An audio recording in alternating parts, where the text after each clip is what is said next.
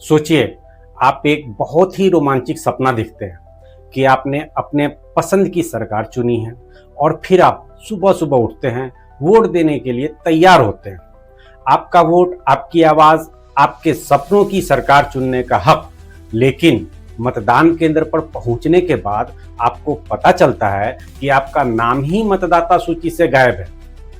बिहार में ऐसा लगभग 2 करोड़ लोगों के साथ हो सकता है, जिसमें आप भी हो सकते हैं। जी हाँ, 8 करोड़ की मतदाता सूची में से 20% लोगों को हटाने की बात हो रही है। आखिर यह क्या माजरा है? क्या यह हमारे लोकतंत्र पर सबसे बड़ा हमला है? आज हम इस सवाल का जवाब ढूंढेंगे और बिहार के इस वोटर लिस्ट विवाद का सच सामने लाएंगे। तो चलिए शुरू करते हैं। आप देख रहे हैं मुद्दों का मंच, मैं आपके साथ सिराजुस्सबा। बिहार एक ऐसा राज्य है जहां लोग मेहनत, संघर्ष और लोकतंत्र में गहरी आस्था के लिए जाने जाते हैं।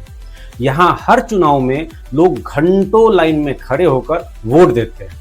लेकिन अब एक ऐसा विवाद सामने आया है जो बिहार के 8 करोड़ से ज्यादा मतदाताओं को हिलाकर रख देगा। कांग्रेस और विपक्षी दलों का कहना है कि चुनाव आयोग ने बिहार की पूरी मतदाता सूची को सिर्फ 1 महीने में जांचने का फैसला किया है। और सबसे चौंकाने वाली बात यह है कि इसमें से 20% मतदाताओं यानी करीब 2 करोड़ लोगों को मतदान सूची से हटाने की योजना है। इतने कम समय में 8 करोड़ लोगों की जांच कैसे हो सकती है? क्यों खास तौर पर गरीब, दलित, आदिवासी और अल्पसंख्यक समुदायों को निशाना बनाया जा रहा है? कांग्रेस नेता पवन खेरा ने इसे सीधे सीधे लोकतंत्र पर हमला बताया। उन्होंने कहा, चुनाव आयोग सिर्फ एक मोहरा है, असली खेल कोई और खेल रहा है। उनका इशारा बीजेपी की तरफ है। पवन खेरा ने सवाल उठाया, जब मतदाता सूची या वोटिंग का रिकॉर्ड मांगने पर देने में महीनों लग जाते हैं, तो 8 करोड़ लोगों की जांच 1 महीने में कैसे होगी? क्या यह प्रक्रिया पारदर्शी है या इसके पीछे कोई और मकसद है? बिहार की जनता पहले से ही कई मुश्किलों से जूझ रही है। उत्तर बिहार में बाढ़ का कहर है, जहां लोग अपने घर, खेत बचाने में जुटे हैं। दक्षिण बिहार में सूखे की मार झेल रहे हैं, जहां पानी और रोजगार की कमी ने लोगों को परेशान कर रखा है। और सबसे बड़ी बात, बिहार के करोड़ों लोग रोजी रोटी के लिए दूसरे राज्यों में जाते हैं। दिल्ली, मुंबई, पंजाब, गुजरात, ये लोग 3-4 महीने के लिए काम पर जाते हैं। अब उनसे कहा जा रहा है कि 1 महीने में वापस आकर अपनी मतदाता जांच कराएं। अगर नहीं कराया तो उनका नाम सूची से हट जाएगा। सोचिए, एक गरीब मजदूर जो दिन भर की मेहनत से 2 वक्त की रोटी जुटा रहा है, वह कैसे अपने काम धंधे छोड़कर बिहार वापस आएगा? और अगर वह नहीं आया तो उसका वोट देने का हक छिन जाएगा। विपक्ष का कहना है कि यह प्रक्रिया खास तौर पर उन लोगों को निशाना बना रही है जो गरीब, दलित, आदिवासी और अल्पसंख्यक समुदाय से हैं।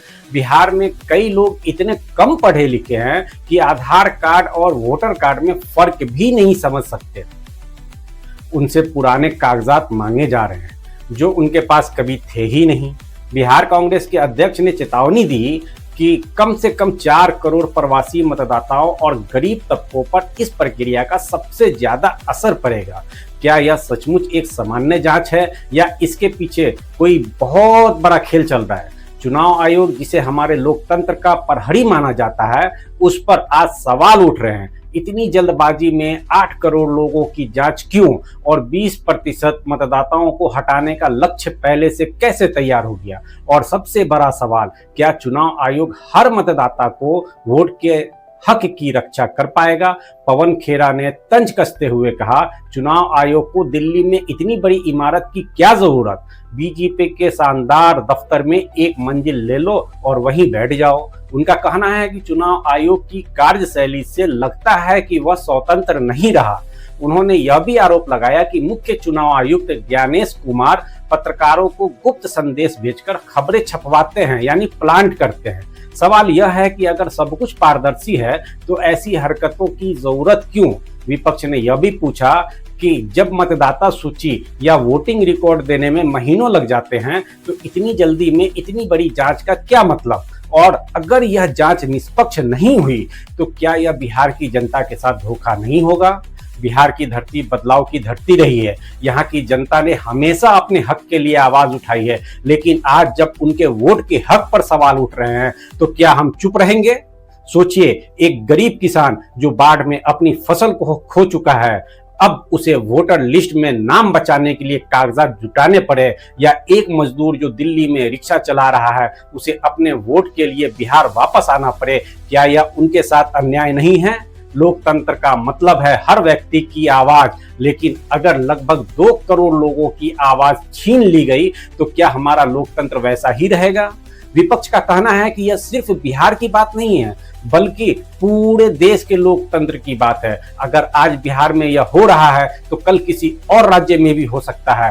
दोस्तों, वोट देना सिर्फ एक हक नहीं बल्कि हमारी ताकत है। यह हमारी आवाज है जो सरकार चुनती है और देश का भविष्य बनाती है। लेकिन अगर यह आवाज चाहिए ताकि कोई भी मतदाता छूटे ना, और सबसे जरूरी, क्या हमारा लोकतंत्र सुरक्षित है?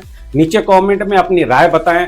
इस वीडियो को अपने दोस्तों, परिवार और हर उस शख्स तक पहुंचाएं जो लोकतंत्र में यकीन रखता है। अपनी मतदाता सूची में नाम चेक करें और सुनिश्चित करें कि आपका वोट सुरक्षित है। चैनल को सब्सक्राइब करें ताकि ऐसे मुद्दों का सच आपके सामने आता रहे। आइए मिलकर अपने लोकतंत्र को बचाएं। मैं सिराजुस सबा, फिर मिलेंगे एक नए मुद्दों के साथ।